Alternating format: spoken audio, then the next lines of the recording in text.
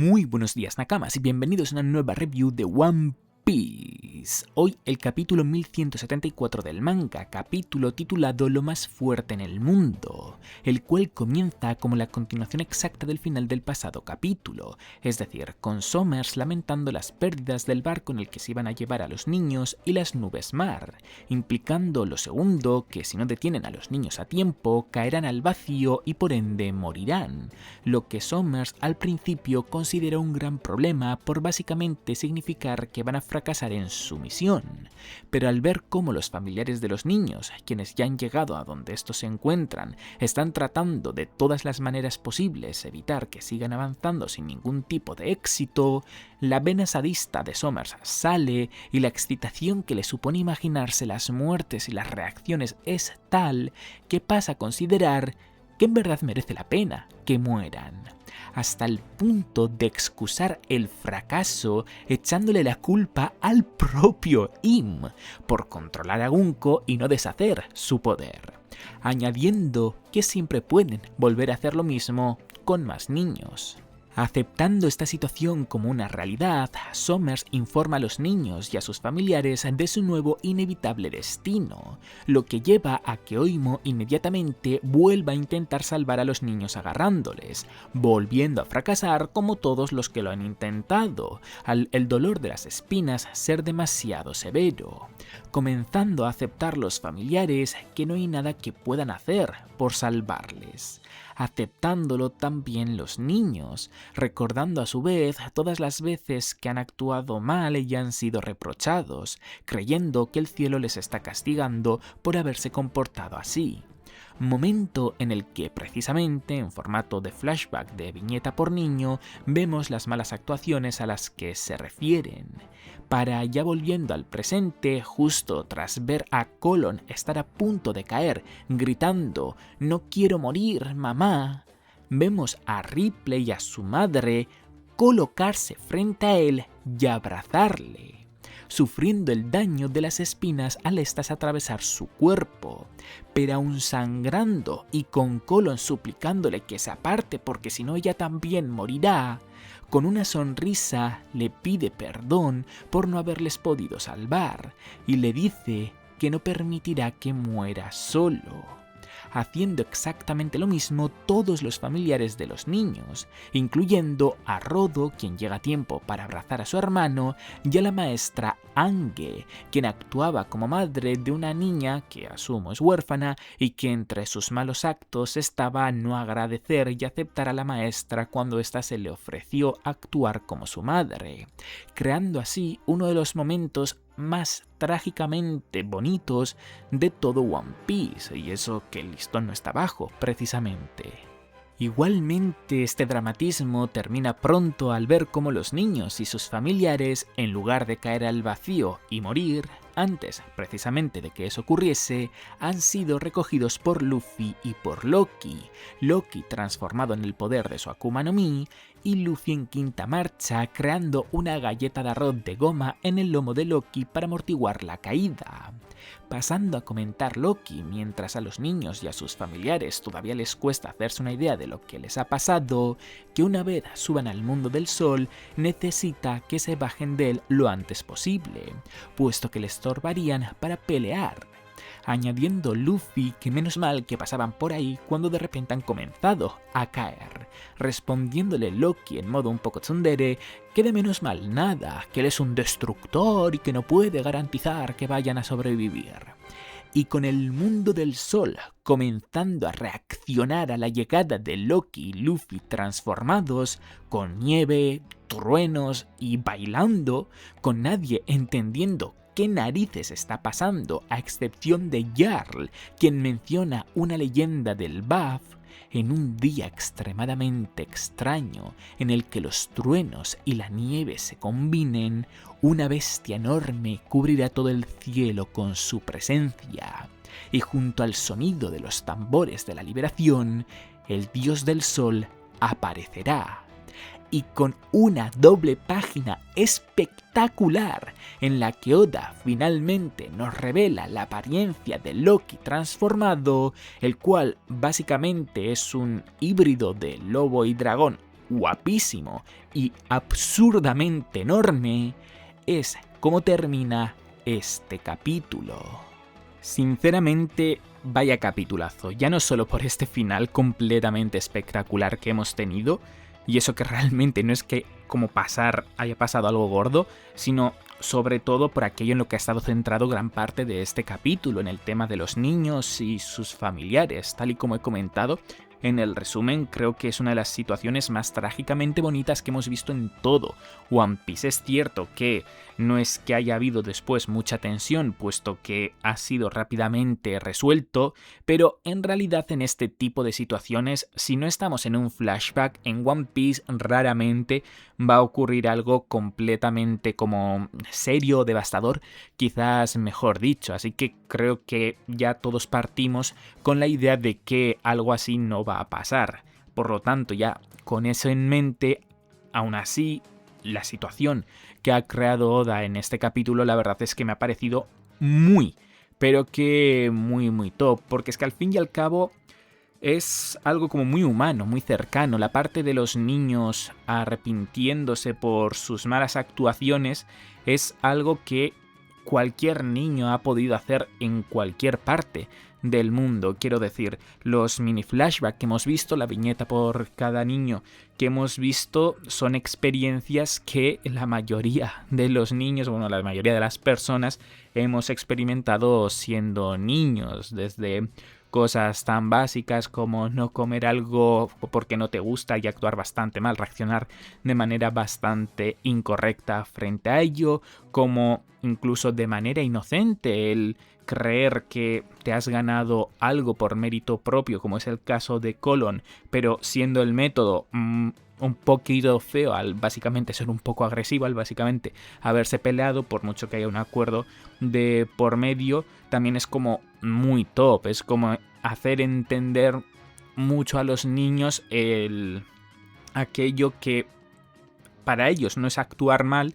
pero que en el fondo pues sí que tienen unos tintes un poco negativos, y ver cómo abren un poco los ojos en una situación pues de presión tan extrema como la que sentían es algo, como comento, muy humano, muy con lo que cualquier persona se puede sentir identificado, para luego acabar rematándolo con el sacrificio por parte de todos los familiares, comenzando con Ripley, con un discurso breve pero muy potente, muy bonito, y luego siguiéndoles que absolutamente todo el mundo. Destacando, es que realmente destacan muchísimos, porque tenemos lo del padre de Ronya felicitando a Ronya por el discurso que había hecho previamente, en el que básicamente como que estaba dispuesta a sacrificarse. Tenemos al hermano de Roa, de Rodo, pasando vergüenza por tener el hermano que tiene, pero arrepintiéndose por ello, y aún así Rodo como comprendiendo a su hermano y aceptando también que sigue siendo su hermano y sacrificándose por él. Lo mismo con Ange, que sin ser la madre biológica de una niña, y hasta el punto de la niña incluso rechazarle cuando se le ofreció actuar a ella como madre, sacrificándose por igual. Es que son cosas que Oda ha hecho de manera como súper compacta, en súper pocas viñetas, sin darle siquiera muchísima profundidad, pero es que da completamente igual, porque son conceptos tan top que es que no hace falta más. Tienen un impacto bestial y ha sido de verdad que muy top. Vuelvo a repetir que de lo más trágicamente bonito que hemos visto en todo One Piece. Y por cierto, hablando de cosas bonitas, el título del capítulo se ve que contiene un error, y no es en las traducciones, sino que el propio Oda se ha equivocado a la hora de escribirlo. En japonés, el título originalmente se podía traducir como el más fuerte del mundo, pero realmente se traduce tal y como he mencionado al comienzo del vídeo, que es más como lo más fuerte en el mundo, o la cosa más fuerte en el mundo, que claramente hace referencia al amor en este caso, que sienten los familiares por los niños. Está todo, la verdad es que ya desde ese primer título, súper bien atado. De hecho, también como curiosidad en cuanto al título, Está escrito como de manera un poquito peculiar, como si fuesen, digamos que más simple, más como cuento de hadas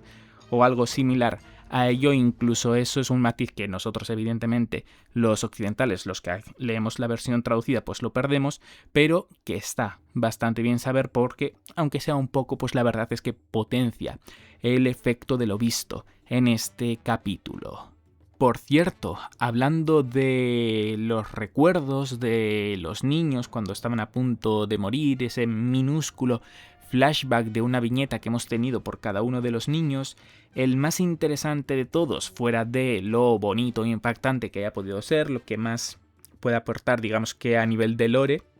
se encuentra en el de Colon, ya que el peluche o el muñeco que toma por premio tras vencer al otro niño es el de Met, el del robot que vimos en Egghead, que bueno, tuvo al final una relevancia muy grande, básicamente y sobre todo por su relación con Joy Boy. Sinceramente, más allá de la mención que estoy haciendo, no sé qué más comentar en relación a esto, puesto que al fin y al cabo, decir que Met es muy relevante o puede llegar a ser muy relevante,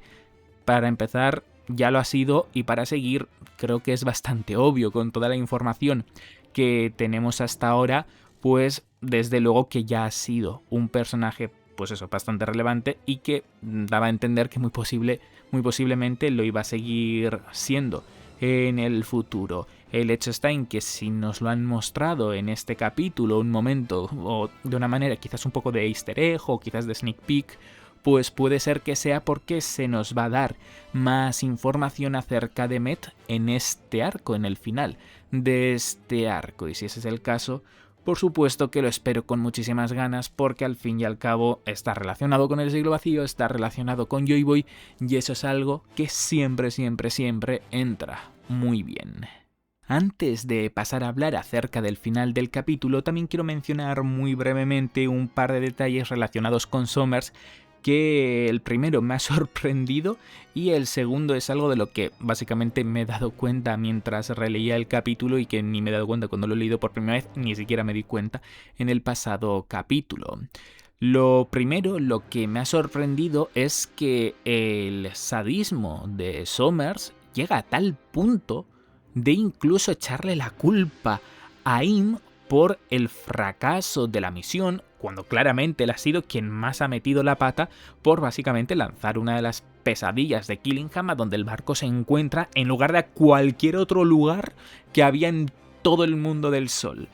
Pero es que aun siendo evidente que es culpa suya, su sadismo, digamos que le impide verlo, o quizás no es que le impide verlo, sino que sabe cuál es la realidad, pero es el tipo de persona que prefiere excusarse frente a cualquier situación como si no fuese alguien que haga alguna vez algo malo. Y es bastante loco el punto al que llega como para culpar a Ime. Quiero decir, ¿cuánta gente en el mundo de One Piece se atrevería a algo así? Ya de entre los que conocen a Im, no creo que haya muchos. Sinceramente, habrá que ver Garling cuáles son sus verdaderas intenciones. Pero fuera de Garling, diría que de entre todos que conocen a Im, nadie más se atrevería a decir lo que Summers ha dicho. Es cierto también que se lo ha dicho para sí mismo, que en ningún momento lo ha llegado a verbalizar hacia Im, pero tampoco sé hasta qué punto alguien llegaría a pensar la barbaridad que Summers ha pensado. Así que bueno, habrá que ver qué le depara a este personaje, porque la verdad es que no tiene pinta de que vaya a tener un destino muy agradable, y yo que me voy a alegrar, la verdad es que si pasa por algo similar a lo de Saturn, por básicamente ser uno de los personajes fácilmente más asquerosos y repulsivos que hemos visto en toda la obra. Y el segundo tema relacionado con Summers, al que no me había dado cuenta, es que el bicho en el que está montado no es una pesadilla, que es lo que yo creía en el anterior capítulo. Simplemente en mi cabeza como que vio algo, una bestia grande, una especie de bicho grande, y Summers subido a él. Y dije, bueno, pues hay muchos bichos por ahí, pues era una de las pesadillas de Killingham. Pero no, fijándome bien, realmente es un monstruo de espinas, es un monstruo generado a través de su propio poder, es decir, es muy probablemente el despertar de su Akuma no Mi. Es curioso cómo el tema del despertar llegó a ser tan importante y evidentemente sigue siendo muy importante, pero como Oda, a excepción de con personajes muy concretos, nunca ha llegado a querer decir de manera completamente clara cuando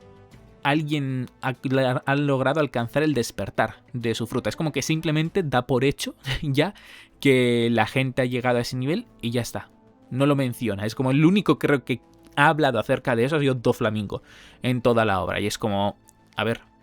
quizás realmente mucha gente ni siquiera es consciente. Bueno, no es el único, porque creo que de él también ha hablado. Pero quiero decir, quizás la mayoría de la gente no es consciente de lo que es el despertado de las Akuma no Mi y llega a ese estado como un poquito sin querer, porque básicamente acaban elevando el control de su fruta a un nivel muy alto. Puede ser que ese sea el caso. Pero vaya, igualmente, en lo personal sí que me gustaría que Oda le diese un poquito más de importancia al tema del despertar, porque ya, pues en su día hace 11 años, madre de Dios, la de tiempo que ha pasado, fue algo que evidentemente fue un boom muy grande y que dio para teorizar durante muchísimo tiempo y que era una de las cosas que más expectativas generaban. Así que la verdad es que me gustaría que Oda, pues sí que le diese un poquito más de importancia a ello de la que le ha estado dando hasta ahora, que más que importancia quizás que sea más explícito que lo que ha sido hasta ahora, pero bueno, realmente tampoco es que sea algo tan importante, es más cuestión de que creo yo que sería más emocionante. Y ahora sí, pasemos con lo último, con el final del capítulo, con esa aparición de Luffy transformado en quinta marcha en Nika. Por cierto, parece también en gigante, tal y como muchísimos de vosotros me habéis comentado, en la reacción al el tamaño de Luffy, pese a, en comparación con el de Loki, evidentemente, pues ser enano, sí ser lo suficientemente grande como para entender que está transformado en gigante, tal y como se encontraba en Wano peleando contra Kaido. Bueno, no solo en Wano, en Egghead también pasó a tomar un tamaño bastante grande en algunos momentos, lo cual indica evidentemente lo absurdamente enorme que es Loki transformado en el poder de su Akuma no Mi, que ya lo sabíamos, pero igualmente la verdad es que no deja de impactar ver el tamaño ridículo que tiene este personaje transformado en el poder de su Akuma no Mi, en esta especie de, no sé si híbrido de dragón y lobo se puede considerar, pero sí diría que mayormente dragón, es un dragón claramente, con unos toques quizás un poquito sí de lobo, pero vaya, que sobre todo es un dragón. El poder de la Akuma no Mi de Loki, que básicamente es una criatura de la mitología nórdica que se llama Jojojo o algo así, no sé, es un nombre muy extraño y un bicho del que tampoco es que haya muchísima información. Es un poco la representación del Ragnarok y como de la muerte, como del fin del mundo. Básicamente, algo un poco chungo, la verdad. Pero bueno, más allá de la apariencia y todo ello, lo más interesante que encuentro de este capítulo es lo que Jarl ha comentado cuando Loki y Luffy han comenzado a llegar juntos al mundo del sol. El comentario de en un día extremadamente extraño en el que los truenos y la nieve se combinen, una bestia enorme cubrirá todo el cielo con su presencia y junto al sonido de los tambores de la liberación el dios del sol aparecerá. Esto básicamente es un tema para mí un poco delicado porque te está hablando de algo que parecía estar destinado a ocurrir. Es cierto que no tiene por qué, que al fin y al cabo no sabemos de dónde Jarl ha sacado este comentario, aunque bueno, supongo que muchas probabilidades tiene que sea del Harley, pero más que ser algo destinado per se de algo que iba a ocurrir en el futuro, puede que más bien sea algo que ocurrió en el pasado, que el anterior usuario de la Akuma no Mi legendaria del BAF y el anterior usuario de la de la Hito no Mi modelo Nika, pues es algo que llegasen a causar en cierto punto de la historia del BAF y básicamente ahora por casualidad se está repitiendo. Pero bueno, el punto más interesante de esto es que más allá de que sea destino o no, sí que Oda quiere darnos a entender que Luffy y Loki están muy estrechamente relacionados. Y evidentemente, pues creo que a todo el mundo nos viene el pensamiento de Loki Nakama, ¿no?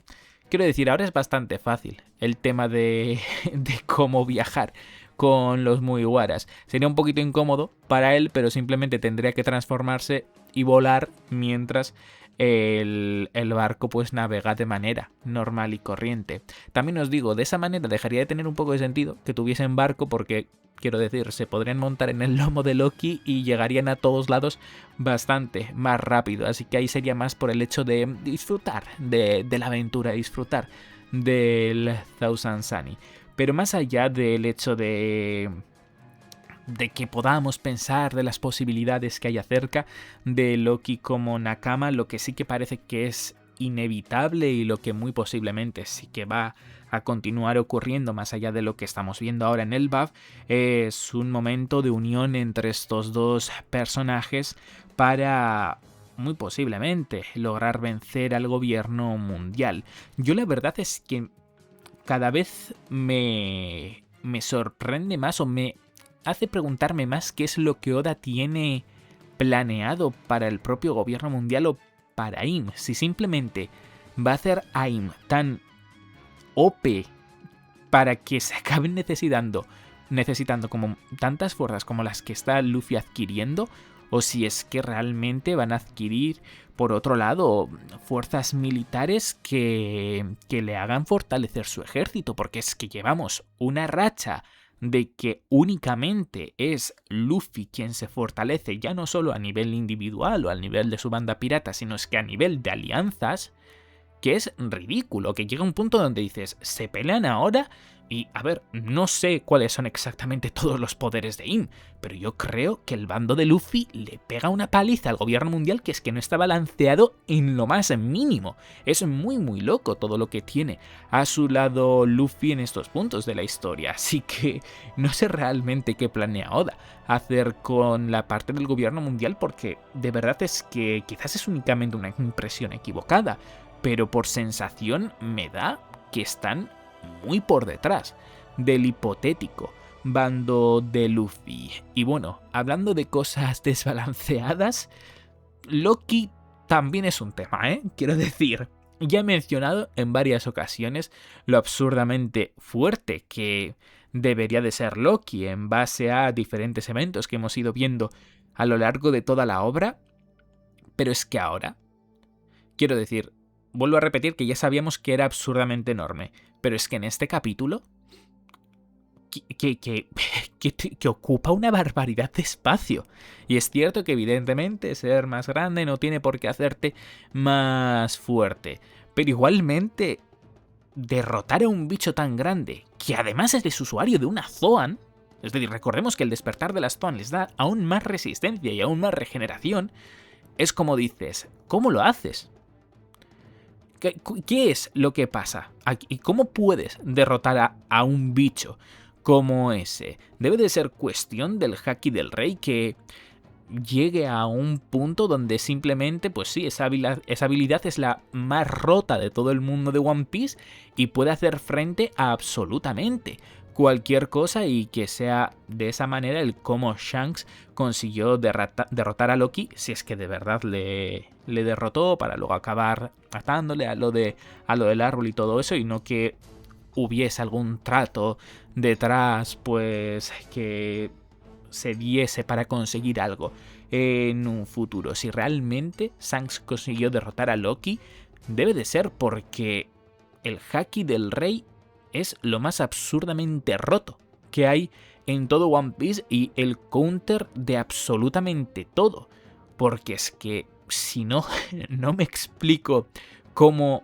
Loki no es la cosa más poderosa que hemos visto en todo One Piece. Porque es que hay muchos argumentos para creer que lo es. A ver, bueno, dejando a un lado un poco a Luffy, Nika, que evidentemente, pues ese poder sí que está también bastante roto un poquito, por definición, por casi poder hacer prácticamente cualquier cosa. Así que no sé cómo Oda también va a manejar todos estos temas, pero desde luego que son complicados, sinceramente. Yo confío en que lo vaya a hacer bien, porque normalmente, tal y como repito siempre, en temas un poquito escabrosos, un poquito difíciles de meter la pata, como por ejemplo los viajes en el tiempo, siempre lo ha resuelto bastante bien, así que no tengo razón alguna para dudar de él en ese aspecto. Pero más que el dudar de que pueda salir mal, es el preguntarme cómo narices lo va a hacer para sentirse algo justo lo que vamos a ver en la guerra final, porque esto está tomando como unas dimensiones, a mi parecer, la verdad es que bastante locas. Así que eso, tengo mucha curiosidad por ver qué es lo que nos depara. Pues hasta aquí ha quedado el vídeo, Nakamas. Como siempre, agradeceré muchísimo que le deis un buen me gusta, que apoyéis el tope el vídeo si os ha gustado. Recordad que en la descripción tenéis tanto mi Twitter, en el que os informo al instante cuando son los capítulos del manga en español y en inglés de manera oficial, como los twitters y los de Vianas de quienes colorean las imágenes del manga para que vosotros también podáis tenerlas. Y ya por último, agradeceré muchísimo que os suscribáis para muchos más vídeos de One Piece. ¡Hasta la próxima!